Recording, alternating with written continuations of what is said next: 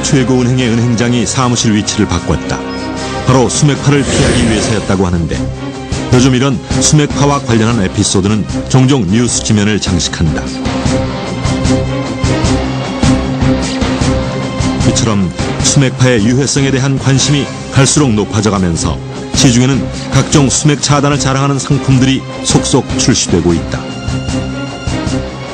심지어 최근엔 이른바 건강 아파트라는 슬로건을 내건 아파트 건설에까지 수맥 차단 기술을 차용하는 업체들이 생겨날 정도다. 해당 아파트들은 각동 1층 바닥에 수맥 차단 시설을 설치, 이를 적극 홍보하고 있다. 하지만 정작 수맥파에 대해 구체적으로 아는 이들은 드물다. 지금부터 그 수맥파에 대해 자세히 알아보기로 하자. 잘 모르겠는데. 근데 집에 보면 옛날 사람들이 수맥이 흐르는 곳에서 자면 몸이 안 좋다 이런 소리를 많이 하시잖아요. 있는 것 같아요. 좀. 네, 많이들 그러니까 TV에서도 그렇고. 스무 듣긴 들어도 그게 뭔지는 모르죠. 그럼 뭐 지하로도 물을 들이 흐른다는 거. 잘 모르겠어요. 잘 모르겠어요. 수맥파의 올바른 이해를 위해서는 먼저 수맥과 수맥파에 대한 구분이 필수적이다. 수맥은 땅속 10에서 40m에 가장 많이 분포된 채로 쉬지 않고 흐르는 지하수의 흐름을 일컫는 말이다. 그렇다면 수맥파란 무엇인가? 수맥 에너지란 땅 밑에서 그 물이 흐를 때 물과 물간의 그 속도 차이에 의해서 그때 회전전자파 중 대개는 우회전 에너지가 발생을 하는데 그 에너지가 지표를 올려놓은 사이에 돌이나 그다음에 금속, 그 외에 흙 등의 그 물질 속을 통과하는 사이에 물질 속에 있는 우회전 에너지를 밀어주어서 그 우회전 에너지가 풀려 나와서 자회전 에너지가 되어서 땅 위로 올라오게 되는 에너지를 우리는 수맥 에너지라고 부릅니다. 즉 지구 내부의 진동파, 자기맥 등이 지하 수맥의 파장과 부딪히면서 파장이 변질, 신체 리듬을 깨는 유해파가 발생하게 된다. 이것이 바로 수맥파인 것이다. 이렇게 발생한 수맥파는 타워 팰리스 같은 고층 건물의 꼭대기에서도 감지가 가능할 만큼 그 투과율이 가공할 만하다고 한다.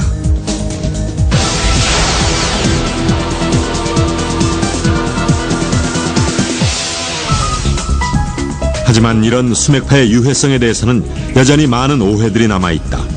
대표적인 예로 풍수지리에서 수맥을 짚어본다고 해서 수맥 연구 자체를 미신으로 치부하는 경향을 들 수 있다. 하지만 수맥파의 유해성은 이미 외국에서 다양한 과학적 접근을 통해 입증됐다고 한다.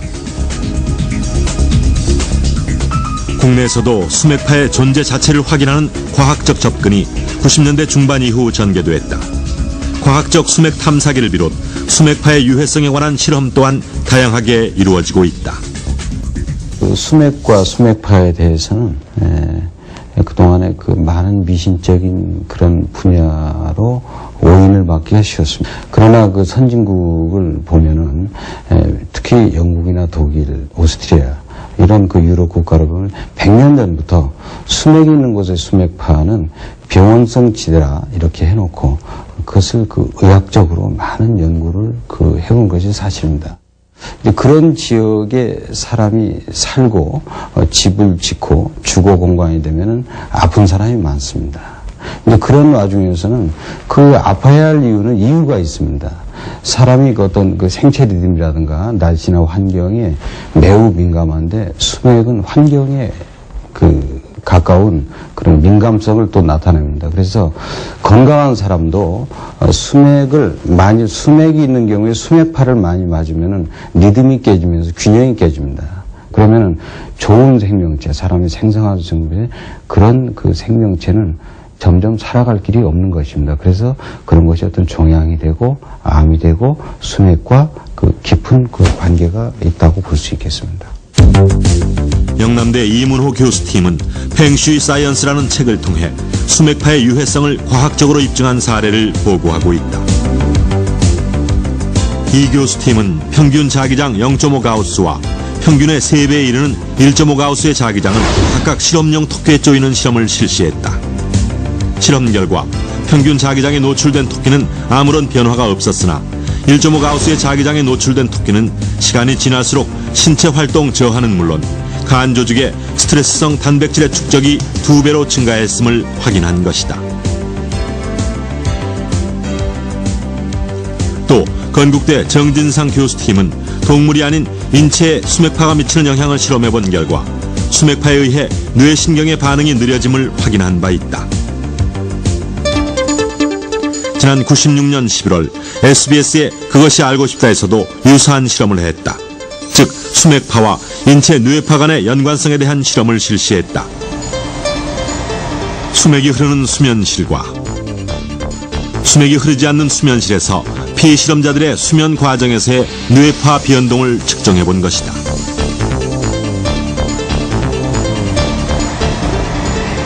제작진은 수맥파가 감지된 수면실과 그렇지 않은 수면실에서 각각 뇌파 측정 장치를 한 상태의 피실험자들에 대한 수면 상태 뇌파를 비교 분석해 보기로 했다. 실험 결과 수맥이 없는 곳에서 잠들었던 피실험자가 반대의 경우에 비해 훨씬 깊은 수면을 이루었던 것으로 드러났다. 이런 수맥파의 유해성에 관한 과학적 접근은 국외에서 더 다양하게 찾아볼 수 있다. 수맥파 유해성 실험은 물론 각종 환자들을 대상으로 수맥파와 질병의 연관성에 대한 분석이 이루어지기도 했다. 그 예로 오스트리아 캐시바 흘러 박사는 수백 명의 악성 종양 및 암 환자의 잠자리를 조사한 결과 이들 모두가 수맥이 교차하는 지점에서 거주했다는 연구 결과를 발표한 바 있다. Jede Krankheit kann damit zusammenhängen. Aber es muss nicht. Bitte jetzt Folgendes, dass ja nicht ein Missverständnis ist. Es ist nicht so, dass jeder, der über eine Stirnzungenkreuzung schläft, auch Krebs bekommt. Aber jeder, der Krebs hat, hat ganz sicher Stirnzungenkreuzung. Auch beim Schlafplatz oder beim Arbeitsplatz. 또 수맥파의 방향이나 수맥파가 통과하는 지점도 암의 종류와 연관성이 있다고 한다. 즉 수맥파가 인체의 사선 혹은 X자형으로 교차하느냐에 따라 또 같은 X자형의 경우에도 인체에서의 교차 지점에 따라 간암과 폐암 등이 각각 발생한다는 것이다. 이처럼 국내외의 다양한 연구 결과들은 수맥파가 인체에 상당히 유해한 영향을 미친다는 것을 경고하고 있다. 그렇다면 생애 절반에 가까운 시간을 수면으로 채워야 하는 사람들이 수맥파를 피해 건강을 확보할 수 있는 방법은 없을까? 일일이 침대 밑에 동파이프를 깔거나 수맥 차단을 했다는 아파트로 굳이 이사를 가야 하는 것일까?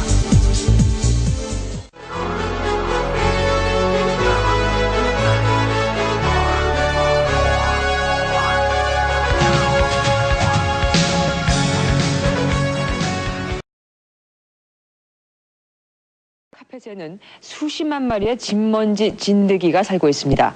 사람이나 동물의 비듬 1g만 있으면은 진먼지 진드기 10만 마리가 번식을 할 수 있다고 합니다. 이준 기자가 알아봤습니다. 사납게 튀어나온 날카로운 주둥이, 길게 뻗은 더듬이와 듬성듬성 돋아난 흉측한 다리털. 영화 속 외계 생물 같은 이 곤충은 가정집에서 흔히 발견되는 진먼지 진드기의 모형입니다.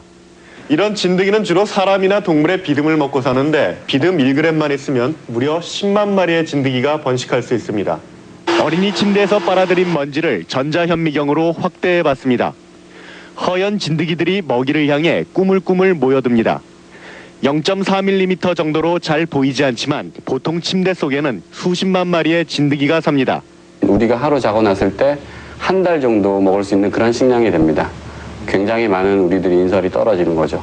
바꿔 말하면 진드기는 굶어 죽을 염려는 없다 이렇게 볼 수 있습니다. 이런 진드기들은 각종 알레르기성 질환을 일으킬 수 있습니다. 진먼지 진드기가 이제 너무 작아서 날아다니거든요. 예, 그러면서 우리 호흡기로 들어와서 알레르기 비염을 일으킬 수도 있고요. 또 피부에 닿아서 아토피 피부염을 악화시키기도 하고. 진먼지 진드기를 예방하기 위해선 우선 주기적으로 가구를 청소하고 되도록 촘촘히 짜인 직물로 이뤄진 침구류를 사용하는 게 좋습니다. MBC 뉴스 이주훈입니다.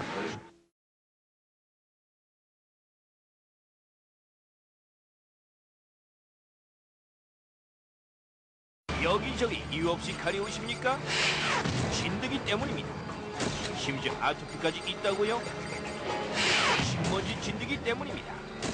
기침에 알레르기 기관지역 전칙으로 고생하십니까? 바로 신먼지 진드기 때문입니다. 콧물이 흐르고 알레르기 비염이 있으십니까? 원인은 진먼지 진드기. 이름 진먼지 진드기.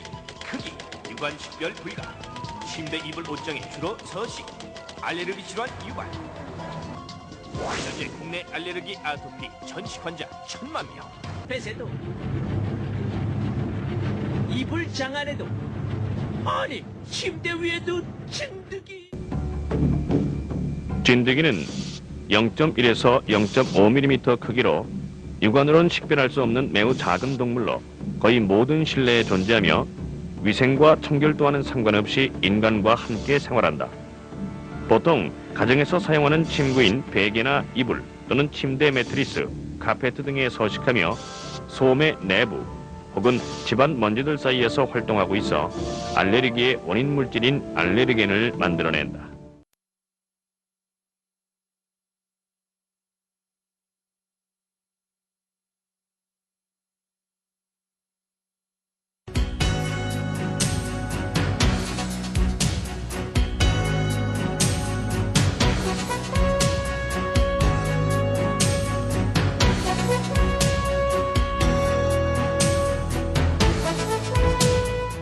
우리는 인생의 3분의 1을 침대에서 보냅니다. 하룻밤 수면을 취하는 동안 50배 정도 몸을 뒤척이며 움직입니다. 그러나 침대 속의 작은 불청객에 대해선 염두에 두지 않고 있습니다. 몸에서 떨어지는 피부 각질로 진먼지 진드기들이 살아가고 있으며 진드기는 육안으론 보이지 않으므로 진드기를 제거하려는 노력은 부족합니다. 침대를 힘차게 두드려 털고 매일 통풍시키는 것만으로 침대 청소를 했다고 할 수 없습니다. 매일 밤 아주 작은 미세한 동물이 매트리스 속에서 움직이고 구안인이 함유된 알레르기를 야기시키는 진드기 배설물이 건강을 위협합니다. 오늘날 매일 규칙적으로 침대를 두드려 털어내는 것은 거의 생각할 수 없습니다. 특히 노인이나 주부들이 두꺼운 매트리스를 침대에서 끄집어내는 것은 불가능하기 때문입니다. 침대 속 진먼지 진드기를 500배 정도 확대한 그래픽을 한번 보겠습니다. 진드기에게 최적의 서식 환경을 제공하는 것은 카페트와 매트리스이며 사람 몸에서 떨어지는 피부 각질이 그 영양분이 됩니다. 보통 한 사람이 하룻밤 사이에 0.5g 정도의 피부 각질이 떨어집니다. 이것은 적어도 50만 마리 정도의 진드기 양식이 됩니다. 이러한 것들이 바로 매트리스 속에 들어있는 것입니다. 진먼지 진드기, 마이크로 단위의 작은 동물이 매트리스 속에서 움직이고 있으며 피부 각질과 먼지를 먹고 있습니다. 진드기는 습한 매트리스 속에 사는 것을 즐기며 그 번식력은 놀라울 정도로 빠릅니다. 그러므로 점점 더 많은 사람들이 고통을 받게 됩니다. 진먼지 진드기 알레르기 대표적인 증상은 눈이 부은 듯한 통증을 일으키고 콧물이 이유 없이 계속 흐를 뿐만이 아니라 호흡기에도 영향을 미칠 수 있습니다. 또 여기에 알레르기 천식과 호흡 곤란증과 같은 증상이 나타납니다. 몸을 움직일 때마다 먼지가 실내 공기 속으로 빠져나오므로 세탁했기 때문에 깨끗했다고 생각되는 매트리스 커버도 이를 방지할 수 없습니다.